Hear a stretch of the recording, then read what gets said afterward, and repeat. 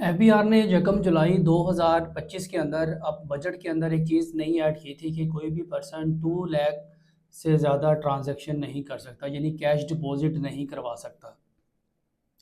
क्योंकि जैसे budget pass हुआ तो लोगों को उसने आगाह करना शुरू कर दिया कि जी आप 2 लाख या 2 लाख से ज़्यादा अपने अकाउंट में ट्रांजैक्शन कैश डिपॉजिट नहीं कर सकते। इंटरनेट बैंकिंग यूज़ करें लेकिन आप कैश डिपॉजिट अपने अकाउंट में जमा नहीं करवा सकते। फॉर एग्जांपल मैं आपको एक एग्जांपल देता हूँ कि मिस्टर ए और मिस्टर ए ने कुछ चीज़ें बेची मिस्टर बी को, ठीक है। अब मिस्टर बी को जब चीज़ें बेची गई तो मिस्टर बी ने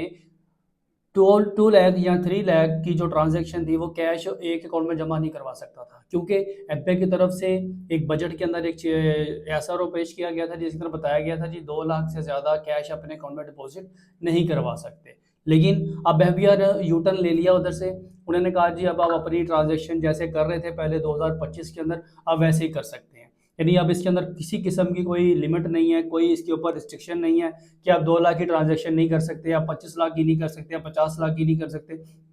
2025 में जिस तरीके से आप ट्रांजैक्शन पहले कर रहे थे 2025 और 25 से पहले, अभी भी आप वैसे का वैसे ही कर सकते हैं, ठीक। क्योंकि एफबीआर ने अब 2 अगस्त 2025 के अंदर एक सर्कुलर नया जारी किया जिसके अंदर उसने बताया है कि आप किसी भी किस्म की कोई ट्रांजैक्शन के ऊपर रिस्ट्रिक्शन नहीं होगी, चाहे आप 2 लाख की कर रहे हैं या 2 लाख से ज़्यादा कर रहे हैं। अगर किसी का एनटीएन है तब भी ठीक है, अगर किसी का एनटीएन नहीं है तो तब भी ठीक है। आई होप, मैं जहाँ तक मुझे लग रहा है कि आप इसके ऊपर थोड़ी सी वो वेरिफिकेशन करेंगे, थोड़ी सी वो डाटा वगैरह इकट्ठा करना शुरू करेंगे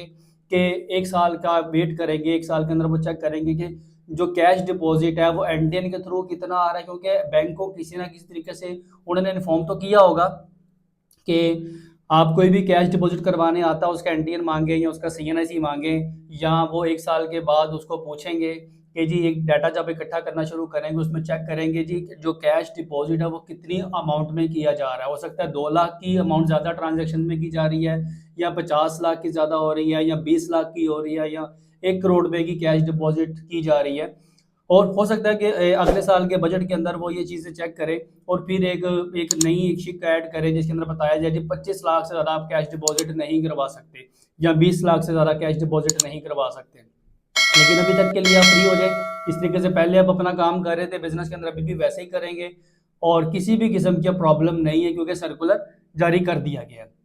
एक किस्म की इन्फॉर्मेटिव वीडियो के लिए आप देखते रहिए, वीडियो के साथ इंशाल्लाह दोबारा आपके पास फिर हाजिर होंगे, तब तक के लिए इजाज़त दें, अल्लाह हाफिज़।